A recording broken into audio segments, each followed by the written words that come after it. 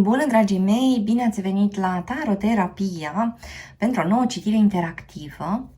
Ce gândește, ce simte, ce intenționează în perioada următoare persoana care te interesează. Vom avea două grupuri. Aici avem grupul 1 cu tarotul spiralei mistice, iar aici avem grupul 2 cu tarotul Golden Dawn. Vă rog să alegeți cu ajutorul intuiției voastre. Puteți găsi aceste seturi de tarot și alte seturi de tarot, oracole, cursul de tarot intuitiv cu metoda taroterapia pe site-ul www.taroterapia.ro.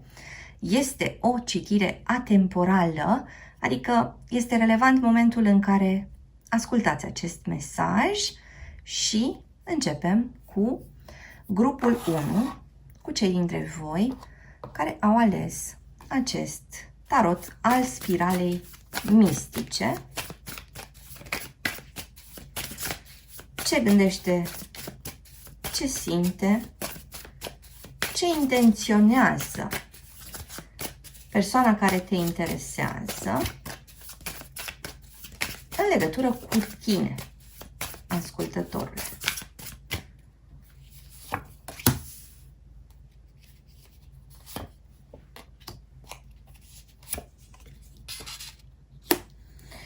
Aici avem o persoană care îngenunchează, o persoană care are intenții bune, cineva care întinde cupa sa și vrea să declare pacea sau cere un armistițiu, cineva îmbrăcat în alb, adică cineva care vrea să îți arate sinceritatea sa. Încearcă să rămână cât mai mult în adevăr. Cineva care de asemenea îți poate mărturisi în mod natural lucruri pe care le simte.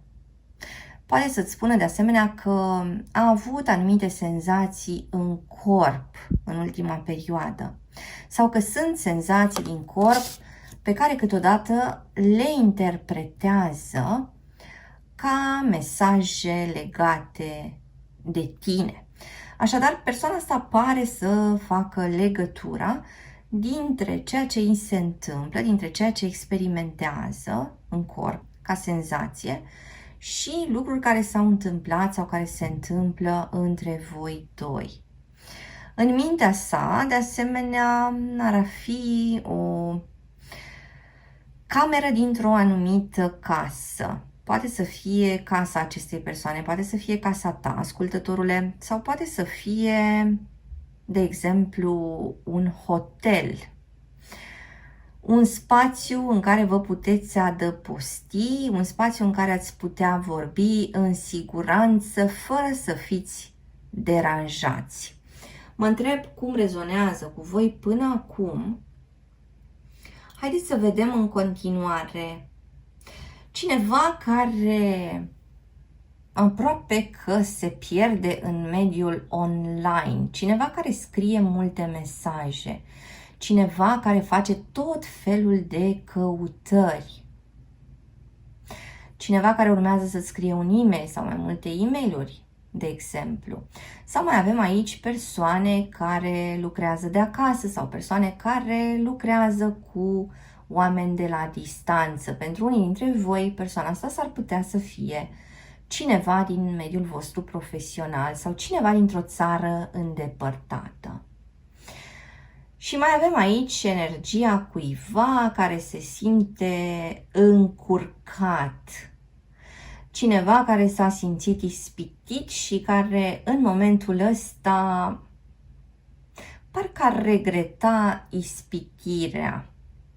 Avem o interacțiune dintre un semn de pământ și un semn de foc sau o interacțiune dintre un semn de pământ și un semn de aer sau o interacțiune dintre două semne de apă sau o interacțiune dintre un semn de apă și un semn de pământ. Haideți să aflăm mai multe detalii.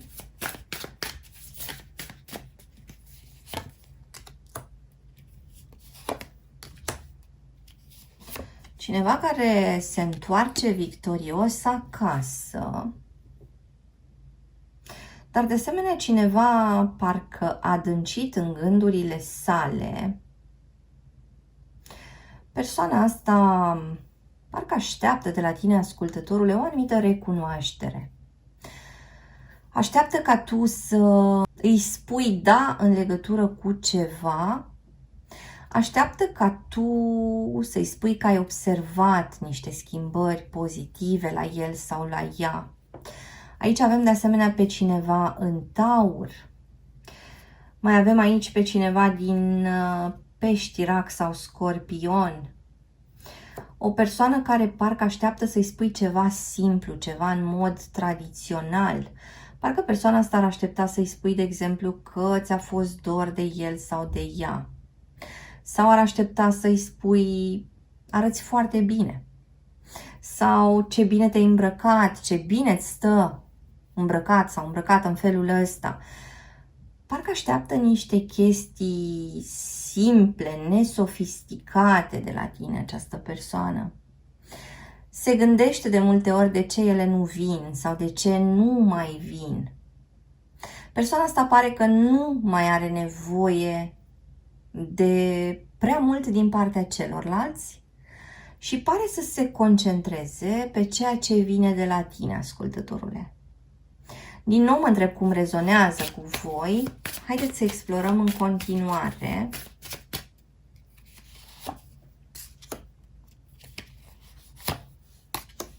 Cuiva îi e frică de insecte. Cineva se teme de o împuținare, cineva se teme de niște pierderi.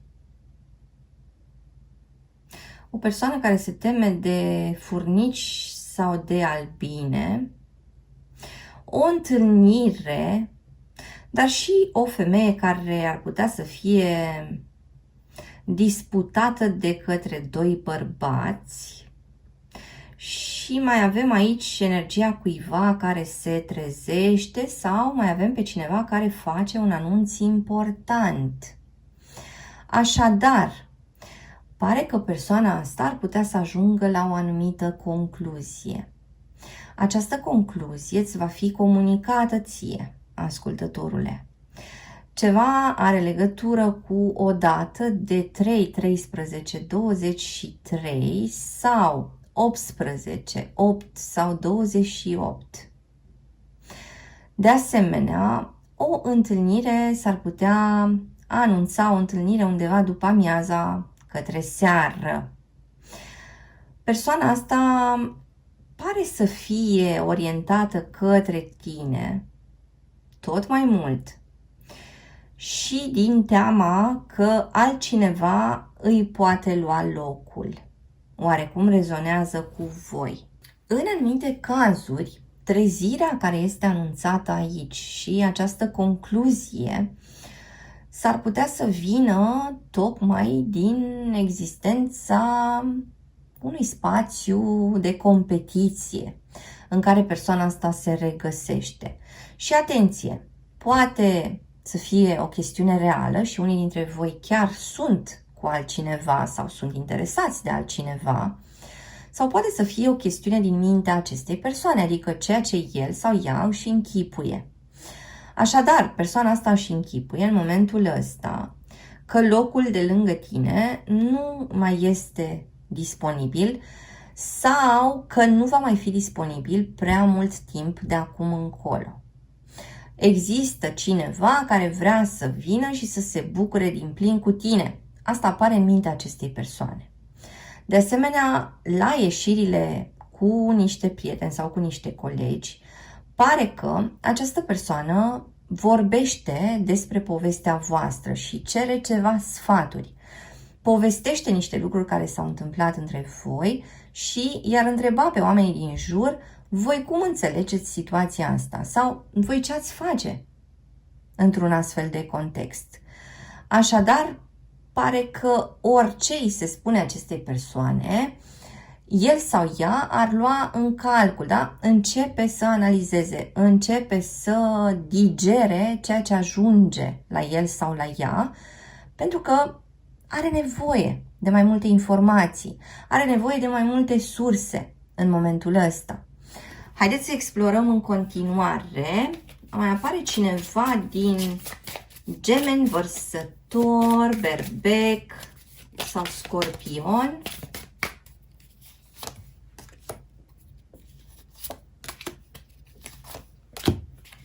Cineva care a simțit că s-a tot învârtit prin aceeași poveste și totuși persoana asta a făcut ceva pași, a făcut ceva progrese față de etapele anterioare. Asta pentru că a început să se dedice și pentru că în același timp, într-un anumit moment, persoana asta a înțeles că nu se mai poate minți. Adică s-a confruntat cu ceva care i-a împins pur și simplu adevărul în față și din acel moment a decis că este mult mai complicat să se ascundă de sine însuși sau de sine însăși decât să ia lucrurile așa cum vin. Ceea ce oferă acestei persoane mai multă transparență, mai multă credibilitate în ochii tăi. Adică persoana asta poate încet, încet, în perioada următoare, să înceapă să-ți arate cu anumiți pași că poate să fie o persoană de încredere. Îți mulțumesc că ai fost cu mine astăzi, te aștept și data viitoare. Între timp, hai pe www.taroterapia.ro. Găsești aici cursuri de tarot cu metoda taroterapia, citiri personalizate, seturi de tarot, oracole, cărți și alte surprize. Dă un like, lasă un comentariu și abonează-te la acest canal dacă ți-a plăcut acest video, iar până data viitoare să ai grijă de tine. Sunt aici cu grupul 2, cu cei dintre voi care au ales tarotul Golden Dawn. Explorăm împreună ce gândește, ce simte, ce intenționează în privința ta persoana care te interesează.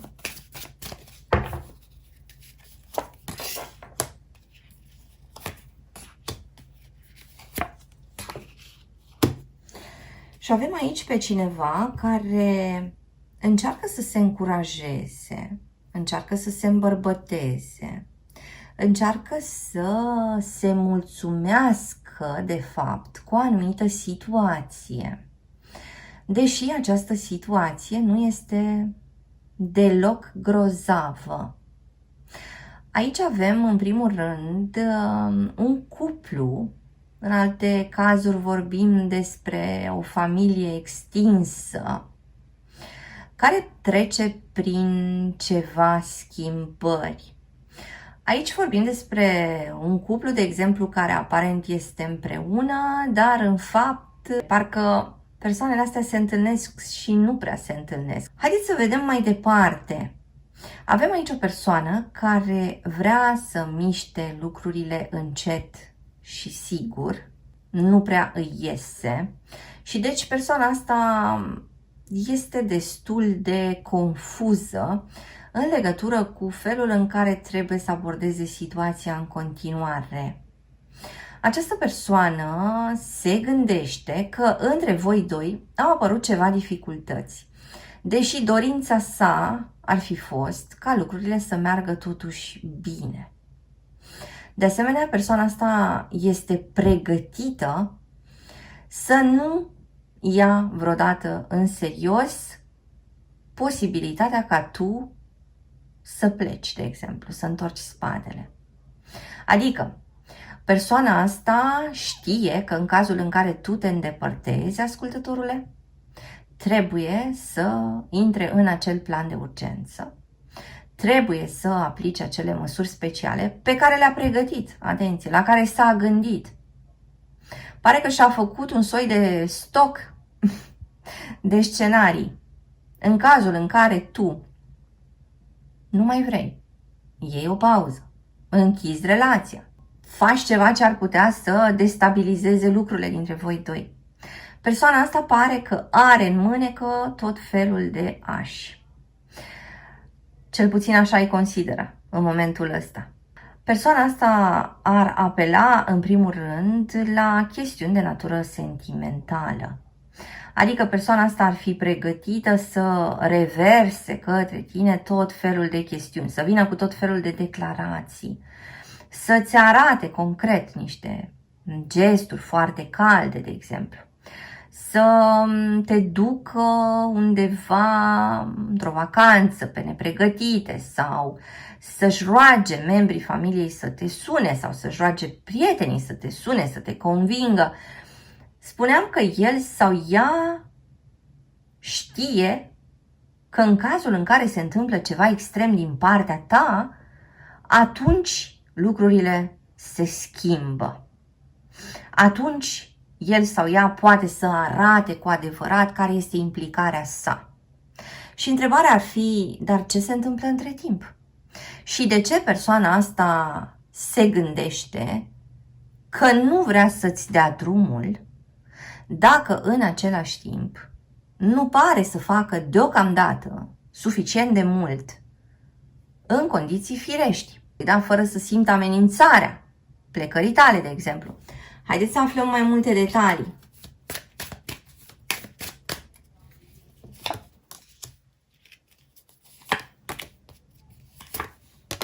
Ceva încă deranjează această persoană, ceva ce vine din trecutul său, ceva ce are legătură cu ultimii 2-3 ani, de exemplu, în anumite cazuri, sau ceva ce are legătură cu vârsta de 2-3 ani a acestei persoane. Avem aici o persoană care a avut o dezamăgire foarte mare legată de un părinte, de un bunic, de o figură de îngrijire. Vorbim aici despre o persoană care se așteaptă ca lucrurile să fie așezate cât mai bine, cât mai convențional, cât mai tradițional, dar persoana asta prea tare nu pare să se iubească. Și mă întreb cum rezonează cu voi. Este o persoană care pare să se critice în permanență și deci așteaptă de la cei din jur de fapt să îl vadă sau să o vadă cu niște ochi critici. Persoana asta se așteaptă ca partenerul sau partenera să toace mărunt acțiunile sale, vorbele sale. Și parcă într-un fel se vede în acea ipostază în care el sau ea ajuns într-o situație extremă, începe să implore, începe să plângă, începe să se tăvălească, încercând să impresioneze, iar asta seamănă cu niște scene din copilăria mică. Persoana asta probabil că poate să regreseze foarte ușor la anumite stări. Persoana asta probabil că este obișnuită să treacă de la agonie la extaz. Persoana asta nu se bazează prea tare pe sine, pentru că știe că are aceste variații care sunt extrem de largi. Vorbim aici de cineva din Taur. Vorbim de asemenea despre cineva din Balanță. Avem pe cineva din Săgetător sau din Capricorn, o persoană din Pești. Vorbim aici despre o conexiune care este încercată în perioada asta. Este pusă în fața unor lucruri importante. Vorbim de asemenea despre cineva care aduce în discuție căsătoria, aduce în discuție oficializarea poveștii. Pot avea loc niște discuții mai serioase în perioada următoare. Persoana asta și-ar dori să cadă la pace cu sine însăși. Hai să vedem mai departe.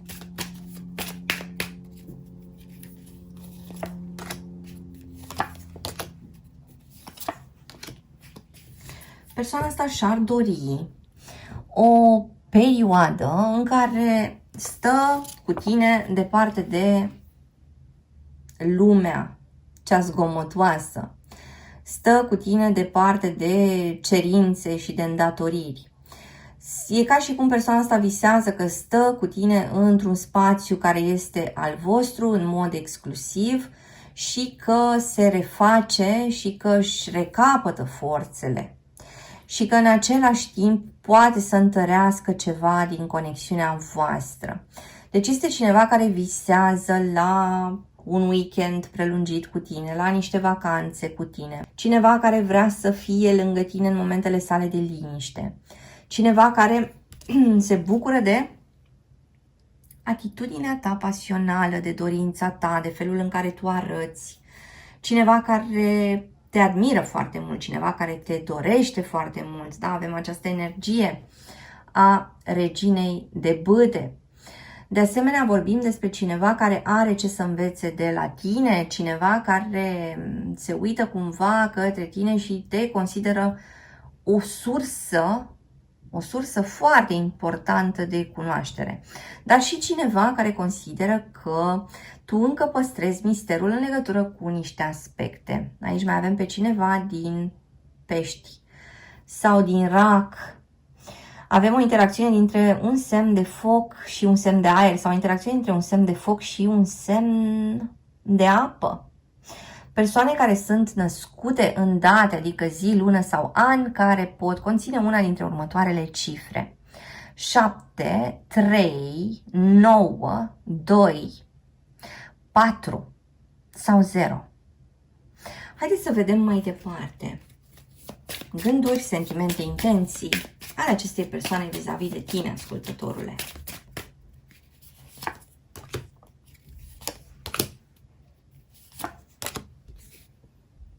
Iată ce interesantă arcana îndrăgostiților. Cineva care se luptă cu monstrul pentru a salva femeia iubită.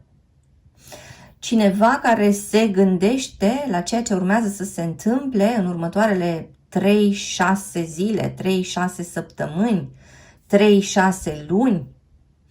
Dar și cineva care se apropie de o anumită recoltă. Haideți să vedem ce e cu această recoltă.